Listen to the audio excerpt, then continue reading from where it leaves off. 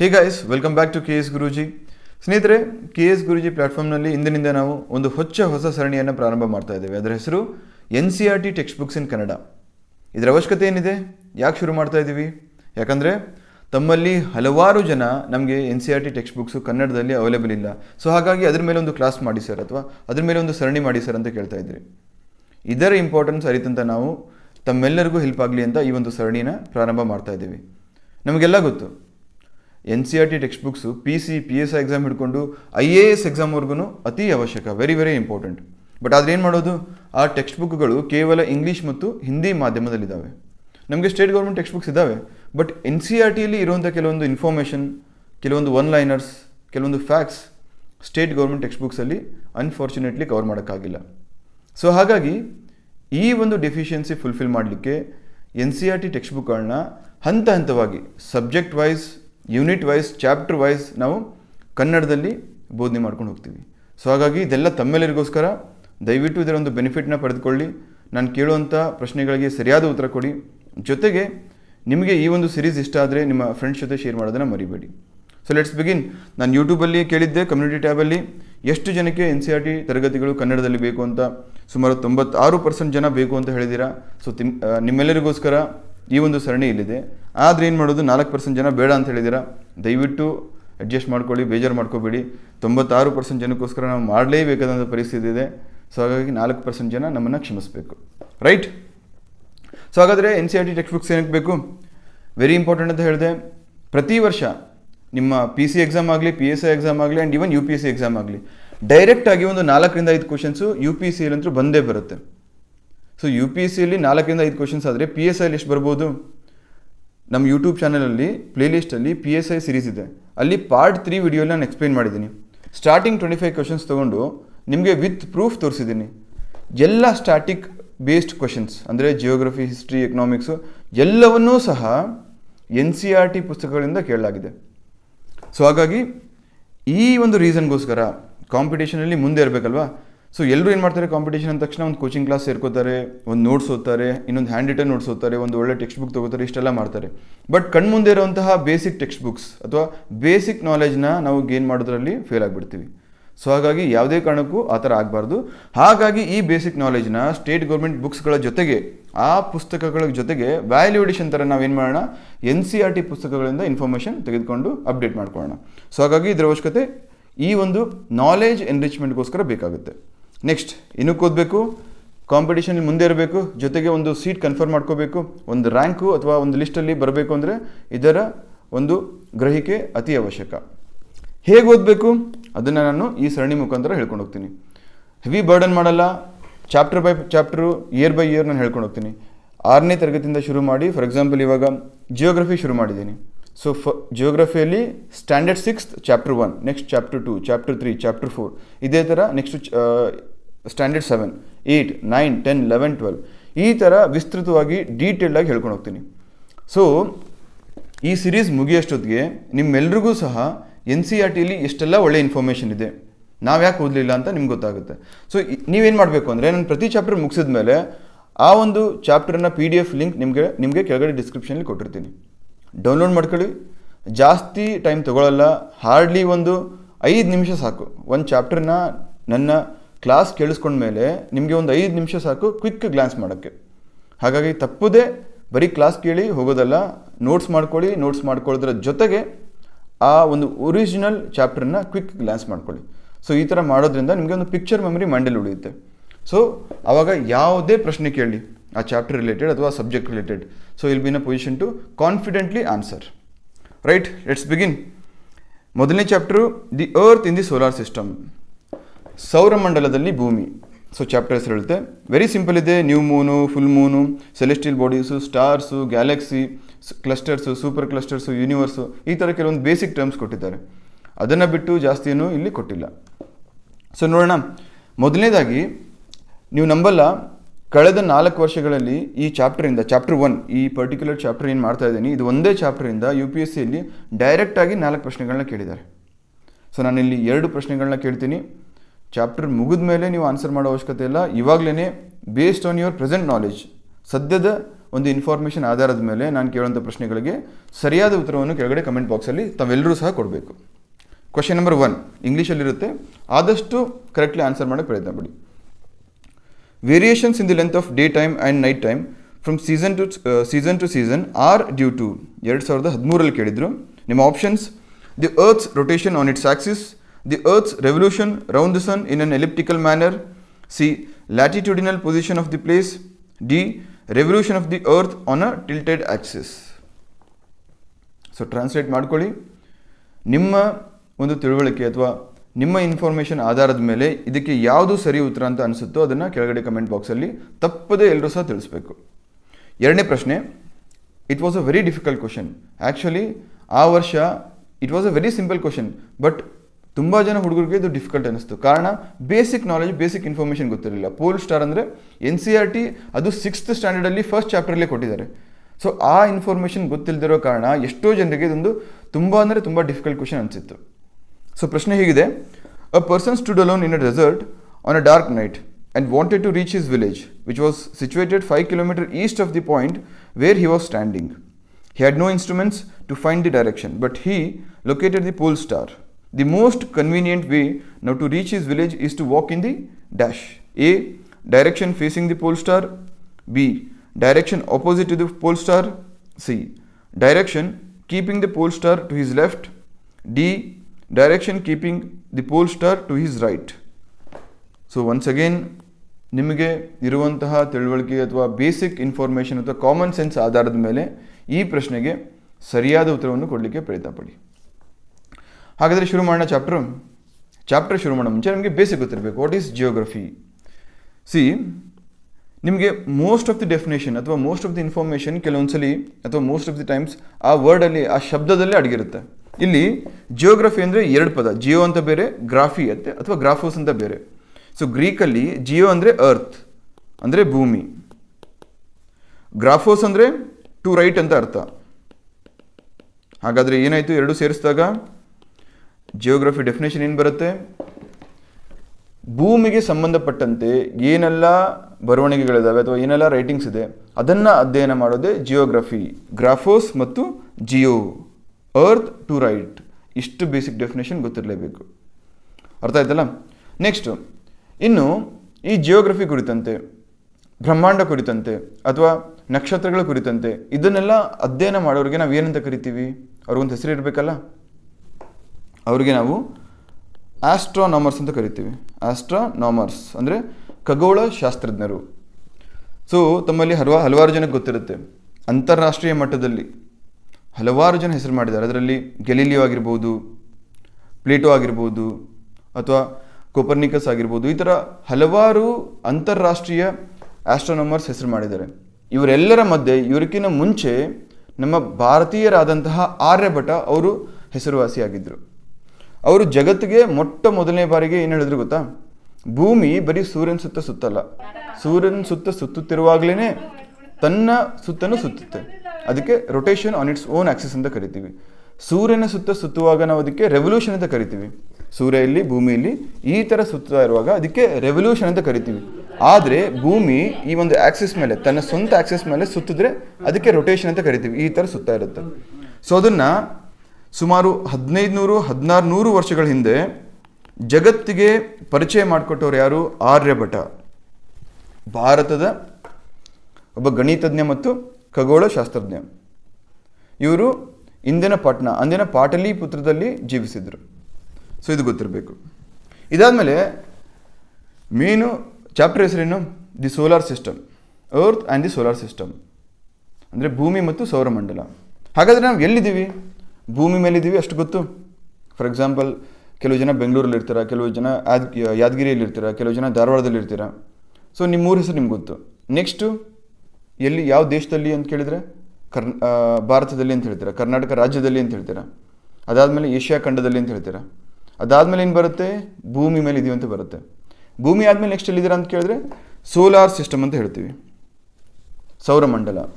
One by one ನೋಡ್ಕೊಂಡು ಹೋಗೋಣ. ಇವಾಗ ಯಾವುದಕ್ಕೆ ನೀವೊಂದು ಸ್ಥಳದಿಂದ ಇನ್ನೊಂದು ಸ್ಥಳಕ್ಕೆ ಹೋಗಬೇಕಾದ್ರೆ ಒಂದು ರೆಫರೆನ್ಸ್ ಪಾಯಿಂಟ್ ಬೇಕಲ್ಲ, ಎಲ್ಲಿದ್ರಿ, ಎಲ್ಲಿ ಹೋಗ್ತಾ ಇದ್ದೀರಾ ಅಂತ. ಅದೇ ರೀತಿ ಈ ನಮ್ಮ ಬ್ರಹ್ಮಾಂಡದ ಬಗ್ಗೆ ತಿಳಿದುಕೊಳ್ಬೇಕಾದ್ರೆ ನಾವು ಎಲ್ಲಿದ್ದೀವಿ, ಏನನ್ನು ಯಾವುದ್ರ ಬಗ್ಗೆ ತಿಳ್ಕೊಳ್ಬೇಕು.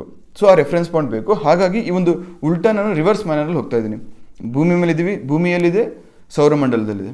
ಸೌರಮಂಡಲ ಅಂದರೆ ಸೂರ್ಯನ ಜೊತೆಗೆ ಅವನ ಸುತ್ತ ಇರುವಂತಹ 8 ಗ್ರಹಗಳು ಮತ್ತು ಅನೇಕ ಆಸ್ಟ್ರಾಯ್ಡ್ಸು, ಕ್ಷುದ್ರ ಗ್ರಹಗಳು, ಕುಬ್ಜ ಗ್ರಹಗಳು, ಅದಲ್ಲದೆ ಮೀಟ್ರಾಯ್ಡ್ಸ್, ಉಲ್ಕೆಗಳು, ಈ ಥರ ಹಲವಾರು ಆಬ್ಜೆಕ್ಟ್ಸ್ ಸೊ ಸೌರಮಂಡಲದಲ್ಲಿದ್ದಾವೆ. ಈ ಸೌರಮಂಡಲ ಎಲ್ಲಿ ಬರುತ್ತೆ? ಮಿಲ್ಕಿ ವೇ ಗ್ಯಾಲಕ್ಸಿ ಅಂತ ಕರಿತೀವಿ, ಆಕಾಶಗಂಗೆ. ಈ ಮಿಲ್ಕಿ ವೇ ಗ್ಯಾಲಕ್ಸಿಯಲ್ಲಿ ನಮ್ಮ ಸೌರಮಂಡಲ ಇದೆ. ಇಂತಹ ಹಲವಾರು ಗ್ಯಾಲಕ್ಸಿಗಳು ಅಥವಾ ನಕ್ಷತ್ರ ಪುಂಜಗಳು ಇರ್ತವೆ. ಸೊ ಅದಕ್ಕೆ ನಾವು ಕ್ಲಸ್ಟರ್ ಅಂತ ಕರಿತೀವಿ. ಭೂಮಿ ಇದೆ, ಭೂಮಿ ಸೋಲಾರ್ ಸಿಸ್ಟಮಲ್ಲಿದೆ. ಇಂತಹ ಹಲವಾರು ಸೋಲಾರ್ ಸಿಸ್ಟಮ್ ಅಂದರೆ ಸೂರ್ಯನು ಸಹ ಒಂದು ಸ್ಟಾರ್, ಒಂದು ನಕ್ಷತ್ರ. ಅದೇ ಥರ ಹಲವಾರು ಪ್ರಕಾಶಮಾನವಾದಂತಹ ನಕ್ಷತ್ರಗಳು ಅಥವಾ ನಕ್ಷತ್ರಗಳ ಸಿಸ್ಟಮ್ಮು ನಮ್ಮ ಮಿಲ್ಕಿ ವೇ ಗ್ಯಾಲಕ್ಸಿಯಲ್ಲಿದ್ದಾವೆ. ಸಾವಿರಾರು, ಕೋಟ್ಯಾಂತರ ಇದ್ದಾವೆ. ನಮ್ಮ ಕಣ್ಣಿಗೆ ಕಾಣಲ್ಲ. ನಮ್ಮ ಕಣ್ಣಿಗೆ ಕಾಣೋದು ಸೂರ್ಯ ಮಾತ್ರ. ದೂರದಲ್ಲಿ ಎಲ್ಲೋ ಒಂದು ನಕ್ಷತ್ರ ರಾತ್ರಿ ಪಳಪಳ ಹೊಳಿತಾ ಇದ್ರೆ ಅದೇ ನಮಗೆ ಕಣ್ಣಿಗೆ ಆನಂದ ಕೊಡುತ್ತೆ, ಹಿತ ಕೊಡುತ್ತೆ. ಬಟ್ ಅದಲ್ಲದೆ ಕಣ್ಣಿಗೆ ಕಾಣಿಸ್ತಿರುವಂತಹ ಕೋಟ್ಯಾಂತರ ಕೋಟಿ ನಕ್ಷತ್ರಗಳಿದ್ದಾವೆ. ಸೊ ಅಂತಹ ಎಲ್ಲ ನಕ್ಷತ್ರಗಳು ಮತ್ತು ಅದರ ಒಂದು ಪರಿವಿಡಿ ವ್ಯಾಪ್ತಿಯಲ್ಲಿರುವಂತಹ ಗ್ರಹಗಳು, ಕುಬ್ಜ ಗ್ರಹಗಳು, ಇತರ ಆಬ್ಜೆಕ್ಟ್ಸ್ಗಳು, ಅದನ್ನೆಲ್ಲ ಸೇರಿ ಮಿಲ್ಕಿ ವೇ ಗ್ಯಾಲಕ್ಸಿ ಅಂತ ಕರಿತೀವಿ, ಅಂದರೆ ನಕ್ಷತ್ರಪುಂಜ. ಈ ಥರ ಗ್ಯಾಲಕ್ಸಿಗಳು ಒಟ್ಟೊಟ್ಟಿಗೆ ಸೇರಿದಾಗ ಅದನ್ನು ಕ್ಲಸ್ಟರ್ ಅಂತ ಕರಿತೀವಿ. ಇಂತಹ ಹಲವಾರು ಕ್ಲಸ್ಟರ್ಗಳು ಸೇರಿದಾಗ ಸೂಪರ್ ಕ್ಲಸ್ಟರ್ ಅಂತ ಕರಿತೀವಿ. ಇಂತಹ ಕೋಟ್ಯಾಂತರ ಕೋಟಿ ಸೂಪರ್ ಕ್ಲಸ್ಟರ್ಗಳು ಎಲ್ಲಿದ್ದಾವೆ? ನಮ್ಮ ಯೂನಿವರ್ಸ್, ಬ್ರಹ್ಮಾಂಡದಲ್ಲಿ ಇದ್ದಾವೆ. ಸೊ ಬಗೆದಷ್ಟು ಇನ್ಫಾರ್ಮೇಷನ್ ಬರ್ತಾ ಇದೆ, ಬಗೆದಷ್ಟು ಮಾಹಿತಿ ಬರ್ತಾ ಇದೆ. ಸೈನ್ಸ್ ಆ್ಯಂಡ್ ಟೆಕ್ನಾಲಜೀಸ್ ಡೆವಲಪ್ ಆದರೂ ಸಹ ಇಲ್ಲಿವರೆಗೂ ನಾವು ಪ್ಲೂಟೋ ದಾಟಿ ಹೋಗೋಕ್ಕಾಗಿಲ್ಲ. ಇವಾಗ ವೋಯೇಜರ್ 1, ವೋಯೇಜರ್ 2 ಸ್ಪೇಸ್ ಕ್ರಾಫ್ಟ್ ಅಂತ 1970-80ರ ದಶಕದಲ್ಲಿ ಏನು ವಿಜ್ಞಾನಿಗಳು ಕಳಿಸಿದ್ರು, ಇವಾಗ ಪ್ಲೂಟೋ ದಾಟಿ ಹೋಗಿದೆ. ಸೊ ಬರೀ ದಾಟಿ ಹೋಗಿದೆ, ಇಮೇಜಸ್ ಕಳಿಸಿದೆ. ಇನ್ನೂ ಕೂಲಂಕುಷವಾಗಿ ವಿಸ್ತೃತವಾಗಿ ಏನೂ ಇನ್ಫಾರ್ಮೇಷನ್ ಸಿಕ್ಕಿಲ್ಲ. ಮಾರ್ಸ್ಗೆ ಸ್ಯಾಟಲೈಟ್ಸ್ ಕಳಿಸ್ತಾ ಇದ್ದೀವಿ, ಜುಪಿಟರ್ ಕಳಿಸ್ತಾ ಇದ್ದೀವಿ, ಮರ್ಕ್ಯುರಿ ಕಳಿಸ್ತಾ ಇದ್ದೀವಿ. ಬಟ್ ಅದರ ಆಚೆಗೆ ಎಲ್ಲೂ ಕಳ್ಸೋಕ್ಕಾಗಿಲ್ಲ. ಅಷ್ಟು ವಿಶಾಲವಾದದ್ದು ಈ ಬ್ರಹ್ಮಾಂಡ. ಸೊ ಗೊತ್ತಾಯ್ತಲ್ಲ, ಭೂಮಿ, ಸೌರಮಂಡಲ, ಗ್ಯಾಲಕ್ಸಿ, ನಕ್ಷತ್ರಪುಂಜ, ಕ್ಲಸ್ಟರ್ಸು, ಸೂಪರ್ ಕ್ಲಸ್ಟರ್ಸು, ಯೂನಿವರ್ಸ್. ಇನ್ನು ನೆಕ್ಸ್ಟ್ ಪ್ರಶ್ನೆ, ಭೂಮಿಯಲ್ಲಿದ್ದೀವಿ, ಭೂಮಿ ಮೇಲಿದ್ದೀವಿ, ಭೂಮಿಯಲ್ಲಿದೆ, ಸೋಲಾರ್ ಸಿಸ್ಟಮ್ ಮೇಲಿದೆ, ಸೋಲಾರ್ ಸಿಸ್ಟಮ್ ಮೇಲಿದೆ, ಮಿಲ್ಕಿ ವೇ ಗ್ಯಾಲಕ್ಸಿಯಲ್ಲಿದೆ. ಈ ಮಿಲ್ಕಿ ವೇ ಗ್ಯಾಲಕ್ಸಿ ಯಾವ ಸೂಪರ್ ಕ್ಲಸ್ಟರಲ್ಲಿದೆ? ಅದಕ್ಕೆ ಲ್ಯಾನಿಕಿಯಾ ಅಂತ ಕರಿತೀವಿ ನಾವು. ಲ್ಯಾನಿಕಿಯಾ ಅನ್ನೊಂದು ಸೂಪರ್ ಕ್ಲಸ್ಟರಲ್ಲಿ ಈ ಭೂಮಿ ಇದೆ. ನಮ್ಮ ಭೂಮಿ ಮತ್ತು ಸೌರಮಂಡಲ ಜೊತೆಗೆ ಮಿಲ್ಕಿ ವೇ ಗ್ಯಾಲಕ್ಸಿ, ಲ್ಯಾನಿಕಿಯಾ ಅಂತ ಒಂದು ಸೂಪರ್ ಕ್ಲಸ್ಟರ್ ಅದರಲ್ಲಿ ಲೊಕೇಟೆಡ್ ಆಗಿದ್ದಾವೆ.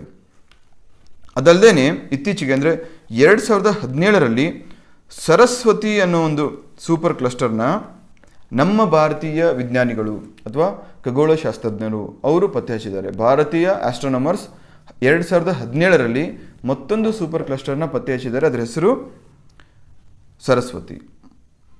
ಸೊ ಇಷ್ಟು ಗೊತ್ತಿರಬೇಕು.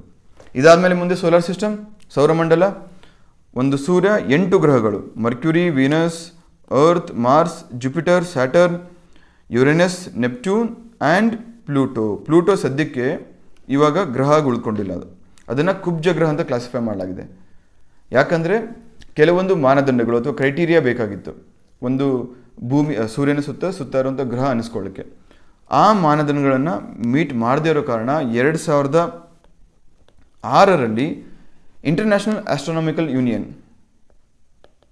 IAU ಅಂತ ಇದೆ, ಅವರು ಇದನ್ನು ಡೌನ್ಗ್ರೇಡ್ ಮಾಡಿ ಇದನ್ನು ಕುಬ್ಜ ಗ್ರಹ ಅಂತ ಕ್ಲಾಸಿಫೈ ಮಾಡಿದ್ದಾರೆ. ಸೊ ಹಾಗಾಗಿ ಸದ್ಯಕ್ಕೆ ಇರುವಂತಹ ಗ್ರಹಗಳು ಎಷ್ಟು ಅಂದರೆ ಸೂರ್ಯ ಮತ್ತು ಅದನ್ನು ಬಿಟ್ಟರೆ 8 ಗ್ರಹಗಳು. ಸೊ ಇಷ್ಟು ಗೊತ್ತಿರಬೇಕು. ಇವಾಗ ಮೊದಲನೇದಾಗಿ ಸೂರ್ಯನ ನೋಡ್ಕೊಂಡು ಹೋಗೋಣ.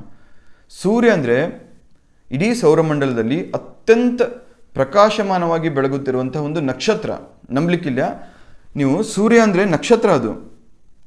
ಸೊ ಈ ನಕ್ಷತ್ರದ ಸುತ್ತ ಅದರ ಗುರುತ್ವಾಕರ್ಷಣದ ಆಧಾರದ ಮೇಲೆ, ಗುರುತ್ವಾಕರ್ಷಣ ಶಕ್ತಿಯ ಆಧಾರದ ಮೇಲೆ 8 ಗ್ರಹಗಳು ತಮ್ಮ ತಮ್ಮ ಆರ್ಬಿಟ್ಸಲ್ಲಿ ಸೂರ್ಯನ ಸುತ್ತುತ್ತಾ ಇರುತ್ತೆ, ಅದೇ ಬೇರೆ ಬೇರೆ ಸ್ಪೀಡ್ಗಳಲ್ಲಿ. ಸೊ ಹಾಗಾದರೆ ಸೂರ್ಯ ಭೂಮಿಯಿಂದ ಎಷ್ಟು ಕಿಲೋಮೀಟರ್ ದೂರ ಇದ್ದಾನೆ? ಸುಮಾರು 150 ಮಿಲಿಯನ್ ಕಿಲೋಮೀಟರ್ಗಳಷ್ಟು ದೂರ ಇದ್ದಾನೆ. ಎಷ್ಟು? 150 ಮಿಲಿಯನ್ ಕಿಲೋಮೀಟರ್ಗಳಷ್ಟು ದೂರ ಸೂರ್ಯ ಭೂಮಿಯಿಂದ ಇದ್ದಾನೆ. ಅದಾದ ನಂತರ ಸೂರ್ಯನಲ್ಲಿ ನಮ್ಮ ಇಡೀ ಸೌರಮಂಡಲದಲ್ಲಿ ಇರುವಂತಹ 99% ದ್ರವ್ಯರಾಶಿ ಬರೀ ಸೂರ್ಯನಲ್ಲಿದೆ. ಅಷ್ಟು ಹ್ಯೂಜ್, ಅಷ್ಟು ಬೃಹದಾಕಾರನಾಗಿದ್ದಾನೆ ಸೂರ್ಯ.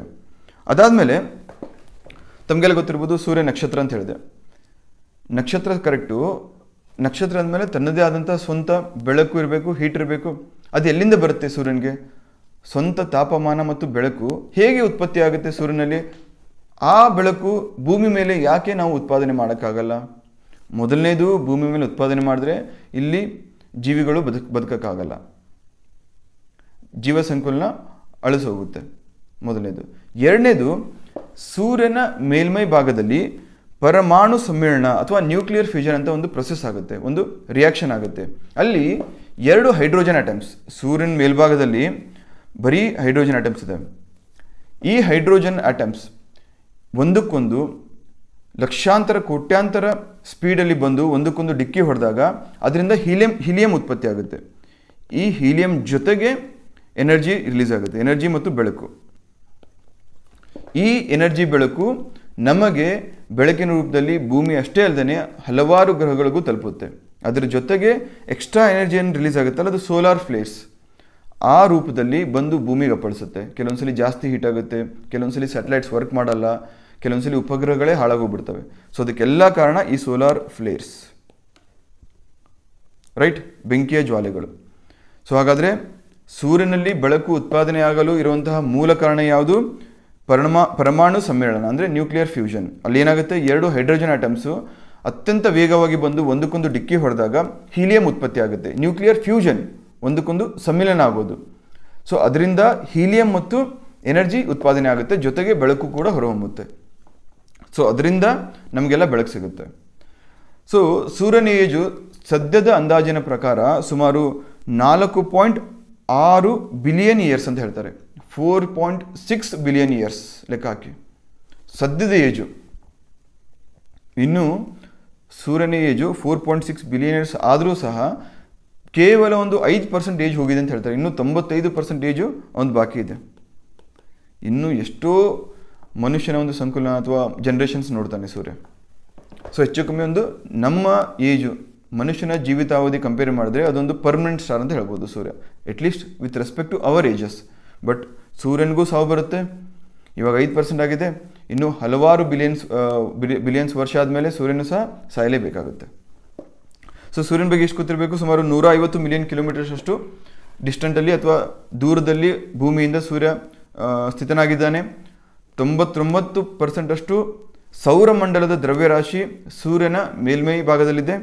ಅದಾದಮೇಲೆ ಅಲ್ಲಿ ಪರಮಾಣು ಸಮ್ಮಿಳನದಿಂದ, ನ್ಯೂಕ್ಲಿಯರ್ ಫ್ಯೂಷನ್ದಿಂದ ಹೀಲಿಯಂ ಮತ್ತು ಬೆಳಕು ಮತ್ತು ಇತರ ಎನರ್ಜಿ ಉತ್ಪಾದನೆ ಆಗುತ್ತೆ. ಅದರಿಂದ ಭೂಮಿ ಸೇರಿದಂತೆ ಹಲವಾರು ಗ್ರಹಗಳಿಗೆ ಬೆಳಕು ತಲುಪುತ್ತೆ. ಸೊ ಅಲ್ಲಿಂದ ಫೋಟೋಸಿಂಥಸಿಸ್ ಆಗುತ್ತೆ. ಆ ಫೋಟೋಸಿಂಥಸಿಸಿಂದ ನಮಗೆಲ್ಲ ಊಟ ಮಾಡಲಿಕ್ಕೆ ಗಿಡ ಮರಗಳು ಆಗಿರ್ಬೋದು ಅಥವಾ ಉಸಿರಾಡಲಿಕ್ಕೆ ಆಕ್ಸಿಜನ್ ಆಗಿರ್ಬೋದು ಎಲ್ಲ ಸಿಗುತ್ತೆ. ಸೊ ಹಾಗಾಗಿ main source of energy for all of us is the sun. So age 4.6 billion years. ಇಷ್ಟು ಸೂರ್ಯನ ಬಗ್ಗೆ ಆಯಿತು. ನೆಕ್ಸ್ಟು ಪ್ಲ್ಯಾನೆಟ್ಸ್ ಬಗ್ಗೆ ನೋಡೋಣ. ಪ್ಲ್ಯಾನೆಟ್ಸ್ ಅಂದರೆ ಗ್ರಹಗಳು. ಮೇಜರಾಗಿ ಗ್ರಹಗಳನ್ನ 2 ಭಾಗವಾಗಿ ವಿಭಾಗಿಸ್ತಾರೆ. ಒಂದು ಆಂತರಿಕ ಗ್ರಹಗಳು, ಮತ್ತೊಂದು ಬಾಹ್ಯ ಗ್ರಹಗಳು ಅಂತ. ಆಂತರಿಕ ಗ್ರಹಗಳಂದರೆ 4 ಇದ್ದಾವೆ. ಯಾವುದು? Mercury, Venus, Earth, Mars. ಜೊತೆಗೆ ಬಾಹ್ಯ ಗ್ರಹಗಳು ಅಂದರೆ Jupiter, Saturn, Uranus, Neptune. Pluto ಇಲ್ಲ ಇವಾಗ. ಪ್ಲೂಟೋನ ಕುಬ್ಜ ಗ್ರಹ ಅಂತ ಕ್ಲಾಸಿಫೈ ಮಾಡಲಾಗಿದೆ. ಸೊ ಹಾಗಾಗಿ ಇರುವಂತಹ ಪ್ಲ್ಯಾನೆಟ್ಸು 8. ಅದರಲ್ಲಿ ಆಂತರಿಕ ಪ್ಲ್ಯಾನೆಟ್ಸ್ಗಳು ಅಂದರೆ inner most planets. Inner most planets ಆದಮೇಲೆ ಆಸ್ಟ್ರಾಯ್ಡ್ ಬೆಲ್ಟ್ ಅಂತ ಬರುತ್ತೆ, ಅದನ್ನು ಮುಂದೆ ಹೇಳ್ತೀನಿ.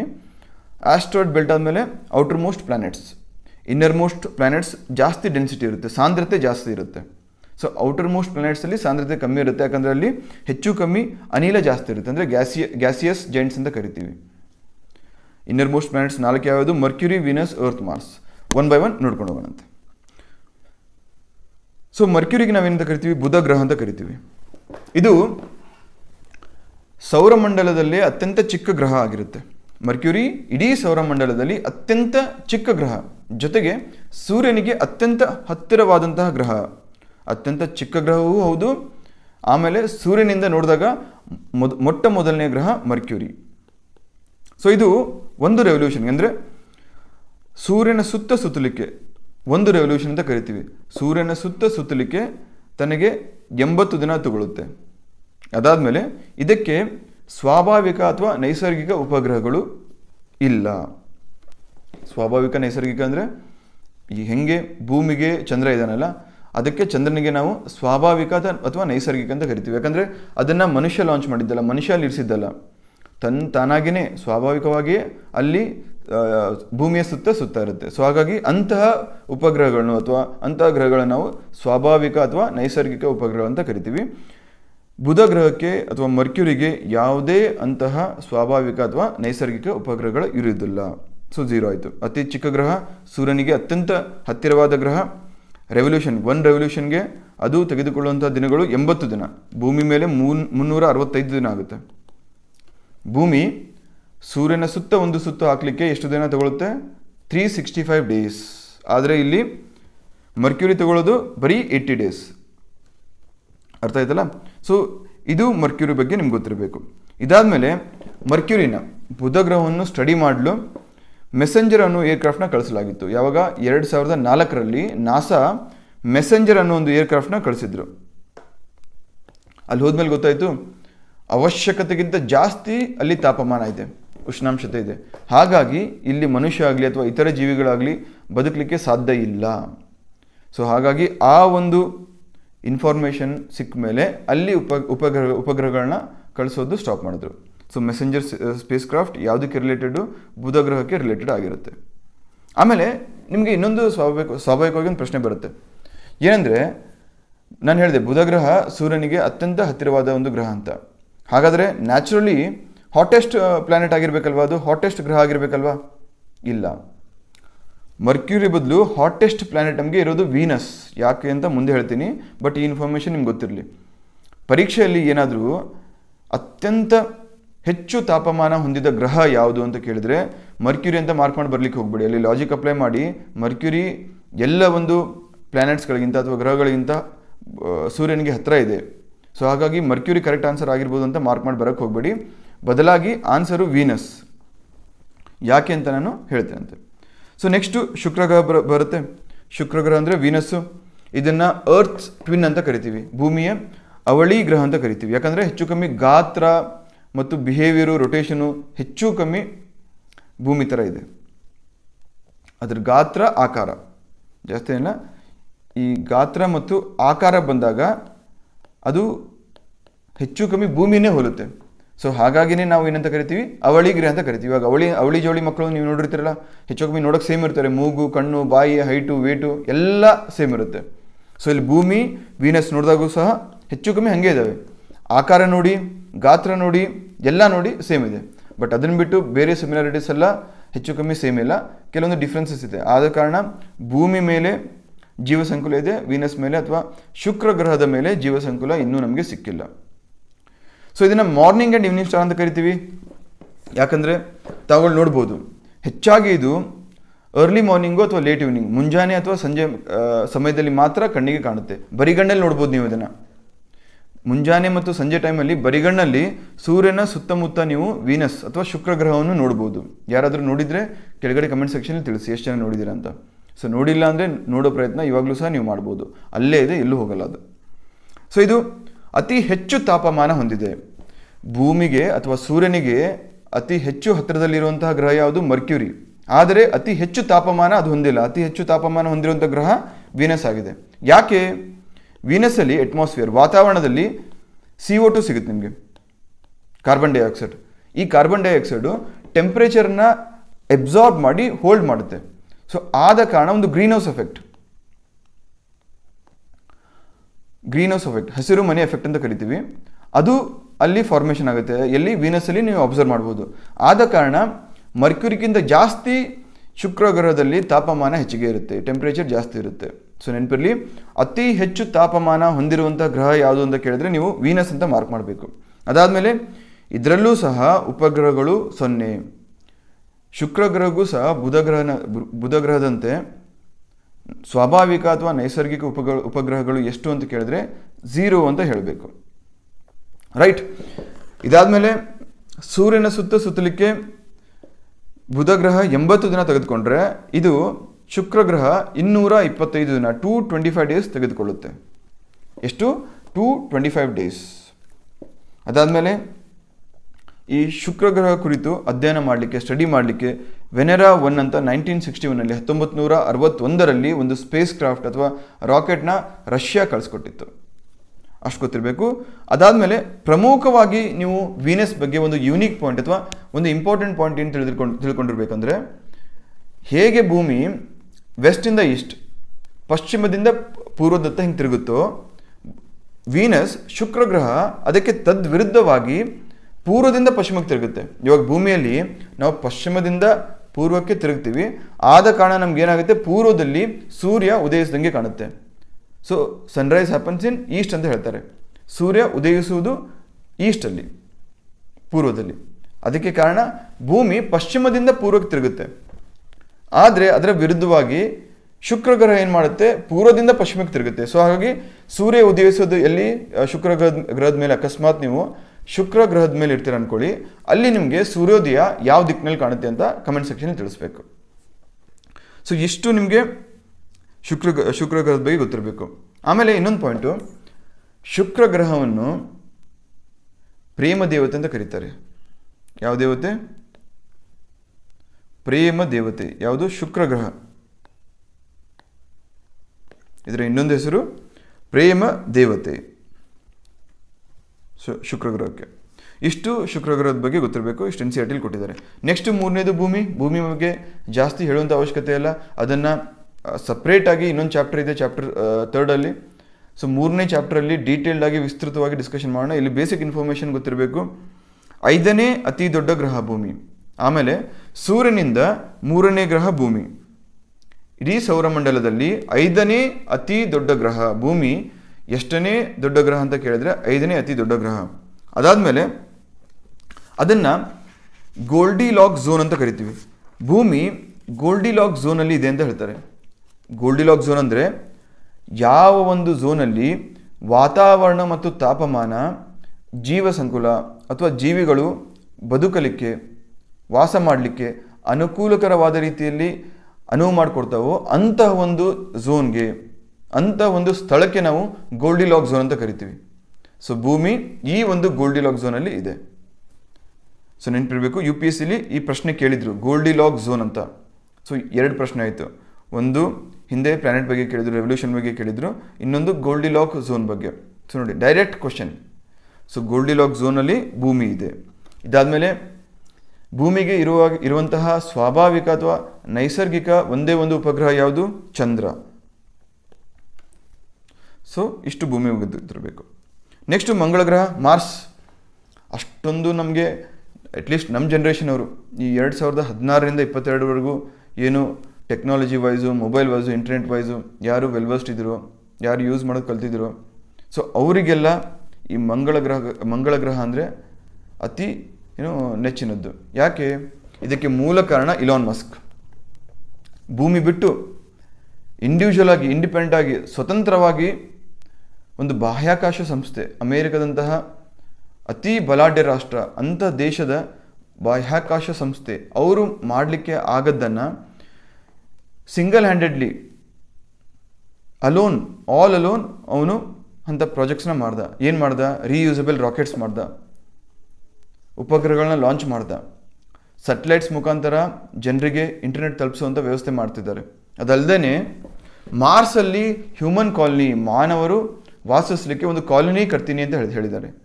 ಸೊ ಅವ್ರು ಹೇಳ್ತಾರೆ, ನಾನು ಸತ್ತರೆ ಮಾರ್ಸ್ ಮೇಲೆ ಸಾಯ್ತೀನಿ ಅಂತ ಹೇಳ್ತಿದ್ದಾರೆ. ಸೊ ಆ ಥರ ದೂರದೃಷ್ಟಿ ಇಟ್ಕೊಂಡಿರುವಂಥ ಇಲಾನ್ ಮಸ್ಕ್ ನಮ್ಮ ಜನ್ರೇಷನ್ಗೆ ಸಿಕ್ಕಿದ್ದು ನಮಗೆಲ್ಲ ಸೌಭಾಗ್ಯ. ಆ್ಯಕ್ಚುಲಿ ನಾವೆಲ್ಲ ಒಂಥರ ರೋಲ್ ಮಾಡೆಲ್ ಅಥವಾ ಇನ್ಸ್ಪಿರೇಷನ್ ಥರ ತೆಗೆದುಕೊಳ್ಬೇಕು. ಅವರಿಗೆ ಪೇಪಾಲ್ ಅಂತ ಇನ್ನೊಂದು ಪೇಮೆಂಟ್ ಆ್ಯಪ್ ಇತ್ತು, ಆವಾಗಲೇ ಕೋಟ್ಯಾಂತರ ರೂಪಾಯಿ ಇತ್ತು, ಅಷ್ಟಕ್ಕೆ ಖುಷಿಯಾಗಿ ಆರಾಮಾಗಿರ್ಬೋದಿತ್ತು. ಬಟ್ ಆ ಮನುಷ್ಯ ಯಾವುದೇ ಒಂದು ಜೀವನದ ಯಾವುದೇ ಒಂದು ಹಂತದಲ್ಲೂ ತೃಪ್ತಿಪಟ್ಟವನಲ್ಲ. ಇನ್ನೂ ಜಾಸ್ತಿ ಮಾಡ್ಬೋದು, ನಂಗೆ ಇನ್ನೂ ಪೊಟೆನ್ಷಿಯಲ್ ಇದೆ. ನಾಸಾದ ಎಂತೆಂಥೋ ಸೈಂಟಿಸ್ಟು, ಎಂಥ ದೊಡ್ಡ ದೊಡ್ಡ ಸೈಂಟಿಸ್ಟು, ಆಸ್ಟ್ರೋನಮರ್ಸು ಹೇಳಿದ್ರು, ಹುಚ್ಚ ಇವನು ರೀಯೂಸಬಲ್ ರಾಕೆಟ್ಸ್ ಅಂದರೆ ಮರುಬಳಕೆ ಮಾಡಲಿಕ್ಕೆ ಆಗುವಂತಹ ರಾಕೆಟ್ಗಳನ್ನ ಸೃಷ್ಟಿಸೋದು ಅಸಾಧ್ಯ ಅಂತ ಹೇಳಿದ್ರು. ಫೇಲ್ ಆದರು. 1 ಸಲ ಮಾಡಿದ್ರು, 2 ಸಲ ಮಾಡಿದ್ರು, 3 ಸಲ ಫೇಲ್ ಮಾಡಿದ್ರು, 4ನೇ ಸಲ ಸಕ್ಸಸ್ಫುಲ್ ಆದರು. ಕೋಟ್ಯಾಂತರ ರೂಪಾಯಿ ತನ್ನ ಜೇಬಿನಿಂದ ಖರ್ಚು ಮಾಡಿದ್ರು. ಸೊ ಆ ಥರ ಇಡೀ ಜಗತ್ತನ್ನೇ ಎದುರಾಕೊಂಡು ತಾನು ಮಾಡಬೇಕು ಅಥವಾ ಸಾಧಿಸಬೇಕು ಅಂದ್ಕೊಂಡಿದ್ದನ್ನು ಸಾಧಿಸ್ತಾ ಹೊರಟಿರುವಂತಹ ವ್ಯಕ್ತಿ Elon Musk. Tesla car, electric car ಇಡೀ ಜಗತ್ತಿಗೆ ಪರಿಚಯಿಸಿದರು. ಭಾರತದಲ್ಲೂ ಬರ್ತಾ ಇದೆ, ಕರ್ನಾಟಕದಲ್ಲಿ ಅದರ ಒಂದು ಪ್ಲ್ಯಾಂಟ್ ಹಾಕ್ತಾ ಇದ್ದಾರೆ. ಸೊ ಅಂತಹ ಒಂದು ವ್ಯಕ್ತಿ ಇಲಾನ್ ಮಸ್ಕ್. ಸೊ ಹಾಗಾಗಿ ಅವರ ಒಂದು ದೆಸೆಯಿಂದ ನಾವು ಮಂಗಳ ಗ್ರಹ ಎಷ್ಟು ಫೇಮಸ್ ಆಗಿದೆ ಅಂತ ತಿಳ್ಕೊಬೋದು. ಸೊ ಮಂಗಳ ಗ್ರಹ ಇಟ್ ಈಸ್ ಮಾರ್ಸ್. ಅದನ್ನು ಕೆಂಪು ಗ್ರಹ ಅಂತ ಕರಿತೀವಿ. ಯಾಕೆ ಕೆಂಪು ಗ್ರಹ ಅಂತ ಕರಿತೀವಿ? ಅದರ ಮೇಲ್ಮೈ ಭಾಗದಲ್ಲಿ ಐರನ್ ಆಕ್ಸೈಡ್, FeO ಅಂತ ಕರಿತೀವಿ. ಐರನ್ ಆಕ್ಸೈಡ್, ಕಬ್ಬಿಣದ ಆಕ್ಸೈಡ್ ಹೆಚ್ಚಾಗಿ ಕಂಡುಬರುತ್ತೆ. ಸೊ ಅದು ಕೆಂಪು ಕಲರ್ದಾಗಿರುತ್ತೆ. ಅದರ ಒಂದು ಕಾರಣದಿಂದಾಗಿ ಇಡೀ ಮಂಗಳ ಗ್ರಹ ನಮಗೆ ಕೆಂಪು ಕಲರ್ ಕಾಣಿಸುತ್ತೆ. ಬಾಹ್ಯಾಕಾಶದಿಂದ, ಸ್ಯಾಟಲೈಟ್ದಿಂದ, ಇಂಟರ್ನ್ಯಾಷನಲ್ ಸ್ಪೇಸ್ ಸ್ಟೇಷನಿಂದ ನೀವು ನೋಡಿದಾಗ ಮಂಗಳ ಗ್ರಹ ಕೆಂಪು ಗ್ರಹ ಥರ ಕಾಣುತ್ತೆ ನಿಮಗೆ. ಅದಕ್ಕೆ ಕಾರಣ ಐರನ್ ಆಕ್ಸೈಡ್, ಕಬ್ಬಿಣದ ಆಕ್ಸೈಡ್. ಇದು ರೆವಲ್ಯೂಷನ್, ಸೂರ್ಯನ ಸುತ್ತಲಿಕ್ಕೆ ತೆಗೆದುಕೊಳ್ಳುವಂಥ ಸಮಯ 687 ದಿನಗಳು. ಎಷ್ಟು? 687 ದಿನಗಳು. ಇದಾದಮೇಲೆ ಮಂಗಳದ ಮೇಲ್ಮೈ ಭಾಗದಲ್ಲಿ, ಮಂಗಳದಲ್ಲಿ ಸೌರಮಂಡಲದ ಅತಿ ಎತ್ತರದ ಒಂದು ಪರ್ವತ ಇದೆ. ಭೂಮಿಯ ಅತಿ ಎತ್ತರದ ಪರ್ವತ ಯಾವುದು? Mount Everest. ಸುಮಾರು 8.5 ಕಿಲೋಮೀಟರ್ಸಷ್ಟು ಉದ್ದ ಇದೆ ಅದು. ಆದರೆ ಅದನ್ನು ಮೀರಿ ಅತಿ ಎತ್ತರದ ಪರ್ವತ ಇಡೀ ಸೌರಮಂಡಲದಲ್ಲಿ ಎಲ್ಲಿದೆ ಅಂತ ಕೇಳಿದ್ರೆ ಮಂಗಳನ ಮೇಲ್ಮೈ ಭಾಗದಲ್ಲಿದೆ. ಅದರ ಲೆಂತ್ ಎಷ್ಟು ಅಂದರೆ 21 ಕಿಲೋಮೀಟರ್. 21 ಕಿಲೋಮೀಟರ್ ಎತ್ತರ ಇರುವಂತಹ ಪರ್ವತ ನಿಕ್ಸ್ ಒಲಿಂಪಿಯಾ. ಯಾವುದು? Nicks Olympia. ಇದು ಮಂಗಳದಲ್ಲಿದೆ, ಮಂಗಳ ಗ್ರಹ. ಅದಾದ ನಂತರ ಮಂಗಳ ಗ್ರಹಕ್ಕೆ ಇರುವಂತಹ 2 ಸ್ವಾಭಾವಿಕ ಅಥವಾ ನೈಸರ್ಗಿಕ ಉಪಗ್ರಹಗಳು ಯಾವ್ಯಾವು? ಒಂದು ಫೋಬೋಸ್, ಮತ್ತೊಂದು ಡಿಮೋಸ್. ನೆನಪಿರಲಿ, ಭೂಮಿಗೆ ಒಂದು ಸ್ವಾಭಾವಿಕ ಉಪಗ್ರಹ ಇದೆ. ಮರ್ಕ್ಯುರಿ ಮತ್ತು ವೀನಸ್ಗೆ ಯಾವುದೇ ಸ್ವಾಭಾವಿಕ ಅಥವಾ ನೈಸರ್ಗಿಕ ಉಪಗ್ರಹಗಳಿರಲ್ಲ. ಅದಾದಮೇಲೆ ಮಂಗಳ ಗ್ರಹಕ್ಕೆ, ಮಾರ್ಸ್ಗೆ ಇರುವಂತಹ ಉಪಗ್ರಹಗಳೆಷ್ಟು? 2. ಸೊ ಇಷ್ಟು ನೀವು ಮಾರ್ಸ್ ಬಗ್ಗೆ ತಿಳ್ಕೊಂಡಿರಬೇಕು. ಅದಾದಮೇಲೆ ನಾನು ಹೇಳಿದ್ನಲ್ಲ, ಪ್ರೇಮ ದೇವತೆ ಎಂದು ವೀನಸ್ಗೆ ಕರೀತಾರೆ, ಶುಕ್ರ ಗ್ರಹಕ್ಕೆ. ಮಂಗಳನಿಗೆ ಒಂದು ಹೆಸರಿದೆ. ಮಂಗಳಿಗೆ ಏನಂತಾರೆ? ಮಂಗಳ ಗ್ರಹಕ್ಕೆ ಯುದ್ಧ ದೇವತೆ ಅಂತ ಕರೀತಾರೆ. ಸೊ ನೆನಪಿರಲಿ, ಮಂಗಳ ಗ್ರಹಕ್ಕೆ ಯುದ್ಧ ದೇವತೆ ಅಂತ ಕರೀತಾರೆ, ಶುಕ್ರ ಗ್ರಹಕ್ಕೆ ಪ್ರೇಮ ದೇವತೆ ಅಂತ ಕರೀತಾರೆ. ಇಷ್ಟು ಗೊತ್ತಿರಬೇಕು. ನೆಕ್ಸ್ಟು ಇದಾದಮೇಲೆ ಕ್ಷುದ್ರ ಗ್ರಹ ಪಟ್ಟಿ ಅಂತ ಬರುತ್ತೆ. ಆಸ್ಟ್ರಾಯ್ಡ್ ಬೆಲ್ಟ್ ಅಂತ ಕರಿತೀವಿ ನಾವು. ಈ ಇನ್ನರ್ ಪ್ಲಾನೆಟ್ಸು, ಆಂತರಿಕ ಗ್ರಹಗಳು, ಬಾಹ್ಯ ಗ್ರಹಗಳು ಅಂತ ಹೇಳಿದ್ನಲ್ಲ. ಸೊ ಈ 2 ಸೆಕ್ಷನ್ ನಡುವೆ ಈ 4 ಮರ್ಕ್ಯುರಿ, ವೀನಸ್, ಅರ್ತ್, ಮಾರ್ಸ್, ಇದಾದಮೇಲೆ ಜುಪಿಟರ್ ಹೋಗೋ ಮುಂಚೆ ಒಂದು ಬೆಲ್ಟ್ ಬರುತ್ತೆ. ಇದನ್ನು ನಾವು ಆಸ್ಟ್ರಾಯ್ಡ್ ಬೆಲ್ಟ್ ಅಂತ ಕರಿತೀವಿ, ಅಂದರೆ ಕ್ಷುದ್ರ ಗ್ರಹ ಪಟ್ಟಿ. ಇಲ್ಲಿ ಈ ಸೌರಮಂಡಲ ಏನು ಫಾರ್ಮ್ ಆಯಿತು ಅಂಥ ಒಂದು ಸಂದರ್ಭದಲ್ಲಿ ಈ ಸೂರ್ಯನಿಂದ ಸಿಡಿದಂತಹ ಆಬ್ಜೆಕ್ಟ್ಗಳು ಅಥವಾ ವಸ್ತುಗಳು 8 ಅಥವಾ 9 ಪ್ಲಾನೆಟ್ಸ್ ಆಯಿತು. ಅದಾದಮೇಲೆ ಇನ್ನು ಮಿಕ್ಕಂತಹ ಅವಶೇಷಗಳು ಏನಿದ್ವಲ್ಲ, ಕಾಮೆಟ್ಸ್ ಆಗಿರ್ಬೋದು, ಆಸ್ಟ್ರಾಯ್ಡ್ಸ್ ಆಗಿರ್ಬೋದು, ಅಥವಾ ಚಿಕ್ಕ ಪುಟ್ಟ ಕ್ಷುದ್ರ ಗ್ರಹಗಳಾಗಿರ್ಬೋದು, ಅದೆಲ್ಲ ಪ್ಲ್ಯಾನೆಟ್ ಆಗುವಷ್ಟು ದೊಡ್ಡದಾಗೂ ಇರಲಿಲ್ಲ, ಅಥವಾ ವಾಪಸ್ಸು ಭೂಮಿ ಮೇಲೆ ಬೀಳೋಕ್ಕೆ ಅಥವಾ ಸೂರ್ಯನ ಮೇಲೆ ಬೀಳೋಕ್ಕೆ ಗುರುತ್ವಾಕರ್ಷಣ ಶಕ್ತಿಯಿಂದ ಅಷ್ಟು ಚಿಕ್ಕದಾಗೂ ಇರಲಿಲ್ಲ. ಸೊ ಅಂತಹ ಅವಶೇಷಗಳು ಈ ಮಾರ್ಸ್ ಮತ್ತು ಜುಪಿಟರ್ ಮಧ್ಯೆ ಒಂದು ಆಸ್ಟ್ರಾಯ್ಡ್ ಬೆಲ್ಟ್ ರೂಪದಲ್ಲಿ ಸುತ್ತಾಗ್ತಾ ಇದ್ದಾವೆ. ಹೇಗೆ ಗ್ರಹಗಳು ಸೂರ್ಯನ ಸುತ್ತ ಗ್ರಾವಿಟೇಷನ್ ಫೋರ್ಸ್ ಮೇಲೆ ಆಧಾರದ ಮೇಲೆ ಸುತ್ತಾಗ್ತಾ ಇದ್ದೇವೋ, ಅದೇ ರೀತಿ ಅದೇ ಒಂದು ಫೋರ್ಸ್ ಮೇಲೆ, ಅದೇ ಒಂದು ಗ್ರಾವಿಟೇಷನಲ್ ಫೋರ್ಸ್ ಮೇಲೆ ಸೂರ್ಯನ ಸುತ್ತಾಗ್ತಿರೋಂಥ ಆಬ್ಜೆಕ್ಟ್ಗಳು ಅಥವಾ ಅವಶೇಷಗಳು ಕ್ಷುದ್ರ ಗ್ರಹ ಅಂತ ಕರಿತೀವಿ. ಅದು ಕ್ಷುದ್ರ ಗ್ರಹ ಪಟ್ಟಿಯಲ್ಲಿದ್ದಾವೆ, ಆಸ್ಟ್ರಾಯ್ಡ್ ಬೆಲ್ಟ್ ಅಂತ ಕರಿತೀವಿ. ಪ್ರಶ್ನೆ ಕೇಳಿದ್ರು UPSCಲಿ, ಆಸ್ಟ್ರಾಯ್ಡ್ ಬೆಲ್ಟ್ ಎಲ್ಲಿ ಬರುತ್ತೆ ಅಂದರೆ ಮಾರ್ಸ್ ಮತ್ತು ಜುಪಿಟರ್ ಮಧ್ಯೆ, ಮಾರ್ಸ್ ಮತ್ತು ಜುಪಿಟರ್ ಮಧ್ಯೆ ಆಸ್ಟ್ರಾಯ್ಡ್ ಬೆಲ್ಟ್ ಬರುತ್ತೆ. ಇನ್ನು ನೆಕ್ಸ್ಟು ಇರುವಂಥದ್ದು ನಮಗೆ ಜುಪಿಟರ್ ಇದೆ. ಜುಪಿಟರ್ ಎಲ್ರಿಗೂ ಗೊತ್ತು, ಅತ್ಯಂತ ದೊಡ್ಡ ಗ್ರಹ, ಅತ್ಯಂತ ಸೌರಮಂಡಲದಲ್ಲಿ ಅತ್ಯಂತ ದೊಡ್ಡ ಪ್ಲಾನೆಟ್ ಇದು. ಇದನ್ನು ಅನಿಲ ದೈತ್ಯ ಅಂತ ಕರಿತೀವಿ ಅಥವಾ ಜೋವಿಯನ್ ಪ್ಲಾನೆಟ್ ಅಂತ ಕರಿತೀವಿ. ಯಾಕೆ? ಸುಮಾರು 89% ಇದರ ಮೇಲ್ಮೈ ಅಥವಾ ಇದರ ಒಂದು ಸಾಂದ್ರತೆ ಅನಿಲ ಅಥವಾ ಗ್ಯಾಸಿಂದ ಆಗಿದೆ. ಸೊ ಇದರ ಒಂದು ಕಾಂಪೋಸಿಷನ್ ಏನಂದರೆ ಸುಮಾರು 89 ಅಥವಾ 90% ಈ ಗ್ರಹ ಅನಿಲವನ್ನು ಹೊಂದಿದೆ. ಸೊ ಹಾಗಾಗಿಯೇ ಇದನ್ನು ನಾವು ಏನಂತ ಕರಿತೀವಿ? ಜೋವಿಯನ್ ಪ್ಲಾನೆಟ್ ಅಥವಾ ಅನಿಲ ದೈತ್ಯ ಅಂತ ಕರಿತೀವಿ. ಅದರಲ್ಲಿ ಹೆಚ್ಚಾಗಿ ನಮಗೆ ಇರುವಂತಹದ್ದು ಜಲಜನಕ, ಅದು ಗೊತ್ತಿರಬೇಕು. ಅದಾದಮೇಲೆ ಈ ಗುರುಗ್ರಹ ಸೂರ್ಯನ ಸುತ್ತ ಸುತ್ತಲಿಕ್ಕೆ ಎಷ್ಟು ಟೈಮ್ ತೆಗೆದುಕೊಳ್ಳುತ್ತೆ? 12 ವರ್ಷ ಬೇಕಾಗುತ್ತೆ. 1 ವರ್ಷ ಅಂದರೆ ಭೂಮಿಯ ಮೇಲ್ಮೈ ಭಾಗದಲ್ಲಿ 365 ದಿನಗಳು. ಆ ಥರ ಈ ಜುಪಿಟರ್ ಸೂರ್ಯನ ಸುತ್ತ ಒಂದು ಸುತ್ತನ ಸುತ್ತಲಿಕ್ಕೆ 12 ವರ್ಷಗಳು ಬೇಕಾಗುತ್ತೆ. ಸೊ ಇದು ಗೊತ್ತಿರಬೇಕು. ಇದಕ್ಕೆ ಇರುವಂತಹ ಉಪಗ್ರಹಗಳು 63. ಎಷ್ಟು? 63. ಅದರಲ್ಲಿ ಇಂಪಾರ್ಟೆಂಟ್ ಆಗಿರೋದು ಯುರೋಪಾ ಮತ್ತು ಗ್ಯಾನಿಮೇಡ್. ಸೊ ಈ 2 ಉಪಗ್ರಹಗಳು ಇಂಪಾರ್ಟೆಂಟ್ ಉಪಗ್ರಹಗಳು. ಸೊ ಗುರುಗ್ರಹಕ್ಕೆ ಇರುವಂತಹ ಸ್ವಾಭಾವಿಕ ಅಥವಾ ನೈಸರ್ಗಿಕ ಉಪಗ್ರಹಗಳು ಎಷ್ಟು? 63. ಅದರಲ್ಲಿ ಇಂಪಾರ್ಟೆಂಟ್ ಯಾವುದು? ಯುರೋಪಾ ಮತ್ತು ಗ್ಯಾನಿಮೇಡ್. ಸೊ ಇದು ಇಡೀ ಸೌರಮಂಡಲದಲ್ಲಿ 2ನೇ ಅತಿ ಹೆಚ್ಚು ಉಪಗ್ರಹಗಳನ್ನು ಹೊಂದಿದಂತಹ ಪ್ಲಾನೆಟ್ ಅಥವಾ ಗ್ರಹ. ಸೊ ಶನಿ ಗ್ರಹ ಅತ್ಯಂತ ಹೆಚ್ಚು ಉಪಗ್ರಹಗಳನ್ನು ಹೊಂದಿರುವಂಥ ಗ್ರಹ ಆಗಿರುತ್ತೆ. ಅದನ್ನು ಬಿಟ್ಟರೆ 2ನೇ ಅತಿ ಹೆಚ್ಚು ಉಪಗ್ರಹಗಳನ್ನು ಹೊಂದಿರುವಂತಹ ಗ್ರಹ ಯಾವುದು ಅಂತ ಕೇಳಿದ್ರೆ ನೀವು ಗುರುಗ್ರಹ ಅಂತ ಮಾರ್ಕ್ ಮಾಡಬೇಕು. ಸೊ ರೆವಲ್ಯೂಷನ್ 12 ವರ್ಷ ಬೇಕು. ಇದನ್ನು ಅನಿಲ ದೈತ್ಯ ಅಂತ ಕರಿತೀವಿ. ಅದಾದಮೇಲೆ ಇದು ಸೌರಮಂಡಲದ ಅತ್ಯಂತ ದೊಡ್ಡ ಪ್ಲಾನೆಟ್ ಆಗಿರುತ್ತೆ. ಜೊತೆಗೆ 89% ಜಲಜನಕ ನಮಗೆ ಜುಪಿಟರಲ್ಲಿ ಕಾಣಿಸಿಗುತ್ತೆ. ಸೊ ಇಷ್ಟು ಜುಪಿಟರ್ ಬಗ್ಗೆ ಗೊತ್ತಾಯ್ತಾ? ನೆಕ್ಸ್ಟು ಇರುವಂಥ ಗ್ರಹ ಶನಿ ಗ್ರಹ, ಸ್ಯಾಟರ್ನ್ ಏನಕ್ಕೆ ನಮಗೆಲ್ಲ ನೋಡೋಕೆ ಚೆನ್ನಾಗಿ ಕಾಣುತ್ತೆ ಹೇಳಿ? ಅದು ಸುತ್ತ ಇರುವಂಥ ಬಳೆಗಳು ಅಥವಾ ರಿಂಗ್ಸ್ ಅಂತ ಕರಿತಿರಲ್ಲ. ಸೊ ಈ ರಿಂಗ್ಸ್ಗೋಸ್ಕರ ನಮಗೆ ಸ್ಯಾಟರ್ನ್ ನೋಡೋಕೆ ಚೆನ್ನಾಗಿ ಕಾಣುತ್ತೆ. ಈ ರಿಂಗ್ಸ್ ಏನಂದರೆ ಡಸ್ಟ್ ಪಾರ್ಟಿಕಲ್ಸು ಅಥವಾ ಉಳಿದ ಅವಶೇಷಗಳು, ಆಮೇಲೆ ಜೊತೆಗೆ ಗ್ಯಾಸ್ ಜಾಯಿಂಟ್ಸು ಅಥವಾ ಫ್ರೋಝನ್ ಪಾರ್ಟಿಕಲ್ಸ್ ಅಂದರೆ ಐಸ್ ಆಗಿರುವಂಥ ಪಾರ್ಟಿಕಲ್ಸು, ಅದೆಲ್ಲ ಸೇರಿ ಸ್ಯಾಟರ್ನ್ ಮೇಲೆ ಅಥವಾ ಸ್ಯಾಟರ್ನಲ್ಲಿ ಇರುವಂಥ ಗುರುತ್ವಾಕರ್ಷಣ ಶಕ್ತಿಯಿಂದ ಅದರ ಸುತ್ತಾಗ್ತಾ ಇರುತ್ತೆ. ಸೊ ಅದನ್ನು ನಾವು ರಿಂಗ್ ಅಂತ ಅಥವಾ ಬಳೆಗಳಂತ ಕರಿತೀವಿ. ಸೊ ಇದು 2ನೇ ಅತಿ ದೊಡ್ಡ ಗ್ರಹ. 1ನೇ ಅತಿ ದೊಡ್ಡ ಗ್ರಹ ಯಾವುದು? ಗುರುಗ್ರಹ. ಸ್ಯಾಟರ್ನ್ 2ನೇ ಅತಿ ದೊಡ್ಡ ಗ್ರಹ. ಇದಕ್ಕೆ ಇರುವಂತಹ ಸ್ವಾಭಾವಿಕ ಉಪಗ್ರಹಗಳು ಎಷ್ಟು? 82. ಸೊ ಅತಿ ಹೆಚ್ಚು ಉಪಗ್ರಹಗಳನ್ನು ಹೊಂದಿರುವಂತಹ ಗ್ರಹ ಯಾವುದು ಅಂತ ಕೇಳಿದರೆ ನಿಮ್ಮ ಉತ್ತರ ಏನಾಗಿರಬೇಕು? ಶನಿ ಗ್ರಹ, ಸ್ಯಾಟರ್ನ್. ಅದಾದಮೇಲೆ ಸೂರ್ಯನ ಸುತ್ತಲಿಕ್ಕೆ ಇದು ತೆಗೆದುಕೊಳ್ಳುವಂಥ ಸಮಯ ಎಷ್ಟು? 295 ವರ್ಷಗಳು. ಸೂರ್ಯನ ಸುತ್ತಲಿಕ್ಕೆ ಇದು ತೆಗೆದುಕೊಳ್ಳುವಂಥ ಸಮಯ ಎಷ್ಟು ಅಂದರೆ 295 ವರ್ಷಗಳು.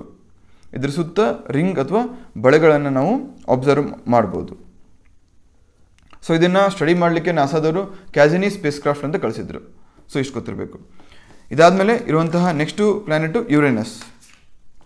ಸೊ ಯುರೇನಸ್ನ 1781ರಲ್ಲಿ ವಿಲಿಯಂ ಹರ್ಷಲ್ ಅನ್ನೋರು ಕಂಡುಹಿಡಿದಿದ್ರು. ಯಾರು? William Herschel. ಇವರು 1781ರಲ್ಲಿ ಸ್ಯಾಟರ್ನ್ ಪ್ಲಾನೆಟ್ನ ಅದು ಯುರೇನಸ್ ಗ್ರಹನ ಕಂಡುಹಿಡಿದ್ರು. ಸೊ ಇದನ್ನು ನೀಲಿ ಗ್ರಹ ಅಂತ ಕರಿತೀವಿ. ಯಾಕೆ? ಇದರ ವಾತಾವರಣದಲ್ಲಿ ನಮಗೆ ಹೆಚ್ಚಾಗಿ ಮೀಥೇನ್ ಅಂದರೆ CH4 ಕಂಡುಬರುತ್ತೆ.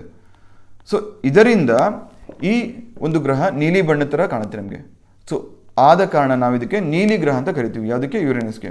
ಇದಾದಮೇಲೆ ಯುರೇನಸ್ ಸೂರ್ಯನ ಸುತ್ತಲಿಕ್ಕೆ ಒಂದು ಸುತ್ತಲಿಕ್ಕೆ ತೆಗೆದುಕೊಳ್ಳುವಂಥ ಸಮಯ ಅಥವಾ ರೆವಲ್ಯೂಷನ್ ಟೈಮು 84 ಇಯರ್ಸ್, 84 ವರ್ಷ ಬೇಕು. ಅದಕ್ಕೆ ಒಂದು ಬಾರಿ ಸೂರ್ಯನ ಸುತ್ತಿ ಬರಲಿಕ್ಕೆ ಅದಕ್ಕೆ 84 ವರ್ಷ ಬೇಕು. ಅದಕ್ಕೆ ಯುರೇನಸ್ಗೆ. ಅದಾದಮೇಲೆ ವೀನಸ್ ಎಲ್ಲ ಹೇಳಿದೆ ನಿಮಗೆ. ಭೂಮಿ ವೆಸ್ಟಿಂದ ಈಸ್ಟ್ ತಿರುಗುತ್ತೆ, ಪಶ್ಚಿಮದಿಂದ ಪೂರ್ವಕ್ಕೆ. ವೀನಸ್ ಹೇಗೆ ಡಿಫ್ರೆಂಟು? ಅದು ಪೂರ್ವದಿಂದ ಪಶ್ಚಿಮಕ್ಕೆ ತಿರುಗುತ್ತೆ. ಈ ಥರ ಪೂರ್ವದಿಂದ ಪಶ್ಚಿಮ ಕಡೆಗೆ ತಿರುಗುತ್ತೆ. ಆದರೆ ಯುರೇನಸ್ದು ಸ್ಪೆಷಾಲಿಟಿ ಏನಪ್ಪ ಅಂದರೆ ಅದು ಭೂಮಿ ಈ ಥರ ಇರುತ್ತಲ್ಲ, ಈ ಥರ ಇರುತ್ತೆ. ಭೂಮಿದೆಷ್ಟಿದೆ? ಈ ಥರ 23 ಡಿಗ್ರಿ ಇನ್ಕ್ಲಿನೇಷನ್ ಇದೆ. ಅಂದರೆ ವೈ ಆಕ್ಸಿಸ್ ಬಿಟ್ಟು ಸುಮಾರು 23 ಡಿಗ್ರಿಯಷ್ಟು ವಾಲಿದೆ ಭೂಮಿ. ಆದರೆ ಯುರೇನಸ್ ಏನು ಗೊತ್ತಾ ಸ್ಪೆಷಾಲಿಟಿ? ಈ ಥರ ವಾಲ್ ಬಿಟ್ಟಿದೆ. ಸೊ ಭೂಮಿ ಹಿಂಗಿದ್ರೆ ಈ ಥರ ವಾಲಿದೆ. ಹೆಚ್ಚು ಕಮ್ಮಿ ಅಡ್ಡ ಮಲಗಿಸ್ದಂಗದು. ಮಲ್ಕೊಳ್ಳಪ್ಪ ಆರಾಮಾಗಿ ಅಂತ ಹೇಳಿ, ಕೂತ್ಕೊಬೇಡ ಮಲ್ಕೊ ಅಂತ ಹೇಳಿ ಮಲಗಿಸ್ದಂಗೆ. ಹೆಚ್ಚು ಕಮ್ಮಿ 98 ಡಿಗ್ರಿಯಷ್ಟು ವಾಲಿಕೆ ಆಗಿದೆ. ಸೊ ಹಾಗಾಗಿ ಅದು ಇದರ ಸ್ಪೆಷಾಲಿಟಿ. ಯಾವುದು? ಯುರೇನಸ್ದು 98 ಡಿಗ್ರಿ ವಾಲಿಕೆ ಆಗಿರುವಂತಹ ಗ್ರಹ ಯಾವುದು ಅಂತ ಕೇಳಿದ್ರೆ ಯಾವ್ದು ಹಾಕಬೇಕು ಮಾರ್ಕ್ ನೀವು? ಯುರೇನಸ್. ಅದಾದಮೇಲೆ ಇದಕ್ಕೆ ಇರುವಂತಹ ಉಪಗ್ರಹಗಳು ಎಷ್ಟು? 27 ಉಪಗ್ರಹಗಳು ಯುರೇನಸ್ಗೆ ಇದೆ. ಸೊ ಇಷ್ಟು ಯುರೇನಸ್ ಬಗ್ಗೆ ಗೊತ್ತಿದೆಯಾ?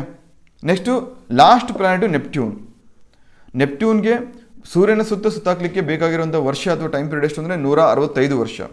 ಅದಾದಮೇಲೆ ಇದಕ್ಕೆ ಇರುವಂಥ ಉಪಗ್ರಹಗಳು ಕೇವಲ 13 ಉಪಗ್ರಹಗಳು. ಎಷ್ಟು? 165 ಇಯರ್ಸ್ ಬೇಕದಕ್ಕೆ ಸೂರ್ಯನ ಒಂದು ಸುತ್ತಾಕಲಿಕ್ಕೆ. ಅದಾದಮೇಲೆ ಕೇವಲ 13 ಉಪಗ್ರಹಗಳನ್ನ ಹೊಂದಿದೆ. ಅದಾದಮೇಲೆ ಪ್ಲೂಟೋ ಇದೆ. ಪ್ಲೂಟೋ ಬಗ್ಗೆ ಜಾಸ್ತಿ ಸ್ಟಡಿ ಮಾಡೋಂಥ ಅವಶ್ಯಕತೆ ಇಲ್ಲ. ಯಾಕಂದರೆ 2006ರಲ್ಲಿ IAU ಇಂಟರ್ನ್ಯಾಷನಲ್ ಆಸ್ಟ್ರಾನಾಮಿಕಲ್ ಯೂನಿಯನ್ ಇದನ್ನು ಗ್ರಹಗಳ ಪಟ್ಟಿಯಿಂದ ಕೈಬಿಡ್ತು. ಅದನ್ನು ಸದ್ಯಕ್ಕೆ ನಾವು ಕುಬ್ಜ ಗ್ರಹ ಅಂತ ಕರಿತೀವಿ. ಸೊ ಪ್ಲೂಟೋ ಏನಪ್ಪ ಕುಬ್ಜ ಗ್ರಹ. ಸೊ ಅದ್ರ ಬಗ್ಗೆ ಜಾಸ್ತಿ ಸ್ಟಡಿ ಮಾಡುವಂಥ ಅವಶ್ಯಕತೆ ಇಲ್ಲ. ಆದರೂ ಸಹ ಪ್ಲೂಟೋಗೆ 3 ಸ್ವಾಭಾವಿಕ ಉಪಗ್ರಹಗಳಿದ್ದಾವೆ. ಎಷ್ಟು? 3 ನ್ಯಾಚುರಲ್ ಸ್ಯಾಟಲೈಟ್ಸ್. ಸೊ ಇಷ್ಟು ನೆಪ್ಟ್ಯೂನ್ ಬಗ್ಗೆ. ಇದಾದಮೇಲೆ ಚಂದ್ರ, ಭೂಮಿಯ ಅತ್ಯಂತ ಅಥವಾ ಭೂಮಿಗೆ ಇರುವಂತಹ ಒಂದೇ ಒಂದು ನ್ಯಾಚುರಲ್ ಸ್ಯಾಟಲೈಟ್ ಸ್ವಾಭಾವಿಕ ಉಪಗ್ರಹ ಯಾವುದು? ಚಂದ್ರ. ಇದರ ಸೈಜು 1/4 ಆಫ್ ಅರ್ತ್. ಭೂಮಿಯ ಕೇವಲ ಕಾಲು ಭಾಗದಷ್ಟು ಇದಿದೆ, 25% ಚಂದ್ರನ ಒಂದು ಸುತ್ತಳತೆ ಇರುತ್ತೆ. ಇದಾದಮೇಲೆ ಭೂಮಿಯಿಂದ ಸುಮಾರು 3,84,000 ಕಿಲೋಮೀಟರ್ ದೂರದಲ್ಲಿದೆ ಚಂದ್ರ. ಒಂದು ಸುತ್ತು, ಭೂಮಿಯ ಸುತ್ತ ಚಂದ್ರ ಒಂದು ಸುತ್ತಲಿಕ್ಕೆ ತೆಗೆದುಕೊಳ್ಳುವಂಥ ಸಮಯ ಎಷ್ಟು ಗೊತ್ತಾ? 27 ದಿನ 7 ಗಂಟೆ 43 ನಿಮಿಷ 47 ಸೆಕೆಂಡ್ಗಳು. 30 ದಿನ ಅಲ್ಲ. ಚಂದ್ರ ಭೂಮಿಯ ಸುತ್ತ ಹೇಗೆ ಭೂಮಿ ಸೂರ್ಯನ ಸುತ್ತುತ್ತೋ ಅದೇ ರೀತಿ ಭೂಮಿಯ ಗುರುತ್ವಾಕರ್ಷಣಾ ಶಕ್ತಿಯಿಂದ ಅಥವಾ ಭೂಮಿಯ ಗ್ರಾವಿಟೇಷನಲ್ ಫೋರ್ಸ್ನಿಂದ ಚಂದ್ರ ಭೂಮಿಯ ಸುತ್ತಲಿಕ್ಕೆ ತೆಗೆದುಕೊಳ್ಳುವಂಥ ಸಮಯ ಎಷ್ಟು ಅಂದರೆ 27 ದಿನ 7 ಗಂಟೆ 43 ನಿಮಿಷ 47 ಸೆಕೆಂಡ್ಗಳು. ಹಾಗಾಗಿ ನಿಮಗೆ ಪೂರ್ಣಿಮೆ ಕಾಣಿಸಿಗುತ್ತೆ ಮತ್ತು ಜೊತೆಗೆ ಅಮಾವಾಸ್ಯೆ ಕಾಣಿಸಿಗುತ್ತೆ. Excuse me. ಸೊ ಚಂದ್ರ ಭೂಮಿಯ ಸುದ್ದೇ ಇದ್ದಿದ್ರೆ ನಿಮಗೆ ಈ ಥರ ಪೂರ್ಣಿಮೆ, ಹುಣ್ಣಿಮೆ, ಅಮಾವಾಸ್ಯೆ ಏನೂ ಕಾಣ್ತಾ ಇರಲಿಲ್ಲ. ಸೊ ಇದು ನೆನಪಿರಲಿ. 27 ದಿನ 7 ಗಂಟೆ 43 ನಿಮಿಷ 47 ಸೆಕೆಂಡ್ಗಳು. ಇದಾದಮೇಲೆ ಆಸ್ಟ್ರಾಯ್ಡ್ಸ್ ಹೇಳಿದೆ, ಆಸ್ಟ್ರಾಯ್ಡ್ ಬೆಲ್ಟ್ ಅಂತ. ಮಾರ್ಸು ಮತ್ತು ಜುಪಿಟರ್ ಮಧ್ಯೆ ಇಲ್ಲಿ ಇರುವಂತಹ ಅವಶೇಷಗಳಿಗೆ ನಾವು ಆಸ್ಟ್ರಾಯ್ಡ್ಸ್ ಅಂತ ಕರಿತೀವಿ. ಹೆಚ್ಚು ಕಮ್ಮಿ ಪ್ಲ್ಯಾನೆಟ್ ಅಷ್ಟು ದೊಡ್ಡದಿರಲ್ಲ ಅಥವಾ ಕನ್ಸಿಡರ್ ಮಾಡದೆ ಏನೋ ಸುಮ್ಮನೆ ಕೂತ್ಕೊಳ್ಳೋಷ್ಟು ಚಿಕ್ಕದಾಗಿನೂ ಇರಲ್ಲ. ಸೊ ಒಂದು ಲೆವೆಲ್ ಸೈಜ್ ಇರುತ್ತೆ. ಸೊ ಅಂತಹ ಅವಶೇಷಗಳನ್ನ ನಾವು ಕ್ಷುದ್ರ ಗ್ರಹಗಳು ಅಂತ ಕರಿತೀವಿ. ಸೊ ಇಲ್ಲಿ ಲಾರ್ಜೆಸ್ಟ್ ಕ್ಷುದ್ರ ಗ್ರಹ ನಮಗೆ ಇಲ್ಲಿವರೆಗೂ ಮಾನವನ ಕಣ್ಣಿಗೆ ಅಥವಾ ಮಾನವನ ಒಂದು ಕಣ್ಣಿನ ವ್ಯಾಪ್ತಿಗೆ ಸಿಕ್ಕಿದ್ದು ಅಂದರೆ ಸಿರಿಸ್. ಸೊ ಇದು ಆಸ್ಟ್ರಾಯ್ಡ್ ಆಯಿತು. ಇದಾದಮೇಲೆ ಸೌರಮಂಡಲದಲ್ಲಿ ಸೂರ್ಯ, ಗ್ರಹಗಳು, ಕುಬ್ಜ ಗ್ರಹಗಳು, ಕ್ಷುದ್ರ ಗ್ರಹಗಳು ಬಿಟ್ಟು ಇನ್ನೂ ಹಲವಾರು ಒಂದು ಆಬ್ಜೆಕ್ಟ್ಸ್ ಇದೆ. ಅದನ್ನು ಉಲ್ಕೆ ಅಂತ ಕರಿತೀವಿ, ಉಲ್ಕಾಶಿಲೆ ಅಂತ ಕರಿತೀವಿ, ಧೂಮಕೇತು ಅಂತ ಕರಿತೀವಿ. ಧೂಮಕೇತುಗಳು ಅಂದರೆ ಆಸ್ಟ್ರಾಯ್ಡ್ ಬೆಲ್ಟ್ ಬಿಟ್ಟು ಬೇರೆ ಬೇರೆ ಒಂದು ರೀಜನಲ್ಲಿ, ಇವಾಗ ಹೆಂಗೆ ಭೂಮಿ ಸೂರ್ಯನ ಸುತ್ತ ಇದೆಯಲ್ಲ ಅದೇ ರೀಜನಲ್ಲಿ ಭೂಮಿ ಮುಂದೆ ಅಥವಾ ಭೂಮಿ ಹಿಂದೆ ಸೂರ್ಯನ ಸುತ್ತ, ಭೂಮಿಯ ಸುತ್ತ ಅಲ್ಲ ಸೂರ್ಯನ ಸುತ್ತ ಇರುವಂತಹ ಇತರ ಅವಶೇಷಗಳು ಅಥವಾ ಇತರ ಚಿಕ್ಕ ಪುಟ್ಟು ಕಲ್ಲಿನ ಶಿಲೆಗಳು, ಅವನ್ನ ನಾವು ಧೂಮಕೇತು ಅಂತ ಕರಿತೀವಿ. ಆ ಧೂಮಕೇತುಗಳು ಹಿಂಗೆ ಇವಾಗ ಇಲ್ಲಿ ನೋಡ್ತಾ ಇರ್ಬೋದು, ಬಾಲ ಕಾಣುತ್ತಲ್ಲ, ಬಾಲ ಏನಕ್ಕೆ ಕಾಣುತ್ತೆ ಅಂದರೆ ಅದರಲ್ಲಿ ಐಸ್ ಪಾರ್ಟಿಕಲ್ಸ್ ಇರುತ್ತೆ, ಫ್ರೋಸನ್ ಐಸ್ ಪಾರ್ಟಿಕಲ್ಸ್, ಮಂಜುಗಡ್ಡೆಗಳಿರ್ತವೆ. ಸೊ ಅದು ತಾನು ಸೂರ್ಯನ ಹತ್ರ ಹೋದಾಗ ಮಂಜುಗಡ್ಡೆ ಕರಗಿ ಒಂದು ಬಾಲ ಹತ್ರ ಕಾಣುತ್ತೆ. ವೇಪರೈಷನ್ ಆಗಿ ಕರಗಿ ಆವಿ ಆಗುತ್ತಲ್ಲ, ಅಂತಹ ಸಂದರ್ಭದಲ್ಲಿ ವೇಪರೈಸ್ ಆಗಿ ಅದಕ್ಕೆ ಬಾಲ ಹತ್ರ ಕಾಣುತ್ತೆ. ಸೊ ಕಾಮೆಟ್ಸ್ ಅಂದರೆ ಧೂಮಕೇತುಗಳು.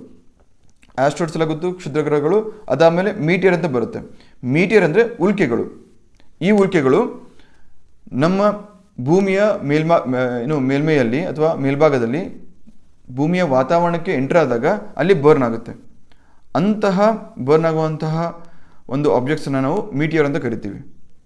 ಸೊ ಅದು ಅಕಸ್ಮಾತ್ ನಮ್ಮ ವಾತಾವರಣ ಅಥವಾ ನಮ್ಮ ಅಟ್ಮಾಸ್ಫಿಯರಲ್ಲಿ ಬರ್ನ್ ಆಗದೇನೆ ಭೂಮಿ ಮೇಲ್ಭಾಗದಲ್ಲಿ ಬಿದ್ದರೆ ಅಥವಾ ಭೂಮಿಯ ಮೇಲೆ ಬಿದ್ದರೆ ಅದನ್ನು ಮೀಟಿಯರೈಟ್ ಅಂತ ಕರಿತೀವಿ ಅಥವಾ ಉಲ್ಕಾಶಿಲೆ ಅಂತ ಕರಿತೀವಿ. ಸೊ ಇಷ್ಟು ಗೊತ್ತಿರಬೇಕು. ಆಸ್ಟ್ರಾಯ್ಡ್ ಅಲ್ಲದೇ ನಮಗೆ ಕಾಮೆಟ್ಸು, ಮೀಟಿಯರ್ಸು, ಮೀಟ್ರಾಯ್ಡ್ಸು, ಆಸ್ಟ್ರಾಯ್ಡ್ಸು ಎಲ್ಲ ಇದ್ದಾವೆ. ಧೂಮಕೇತುಗಳು, ಉಲ್ಕೆಗಳು, ಉಲ್ಕಾಶಿಲೆಗಳು. ಸೊ ಸೌರಮಂಡಲದ ಬಗ್ಗೆ ನಿಮಗೆ ಇಷ್ಟೊಂದು ಮಾಹಿತಿ ಇರಬೇಕಾಗುತ್ತೆ. ಇದಲ್ಲದೆ ಇನ್ನೂ ಹಲವಾರು ಮಾಹಿತಿಗಳಿದ್ದಾವೆ. ಅದು 7th standard, 8th standard, 9th, 10th so ಎಲ್ಲವನ್ನೂ ಇದೇ ಕ್ಲಾಸನ್ನೇ ಹೇಳಕ್ಕೆ ಹೋಗಲ್ಲ.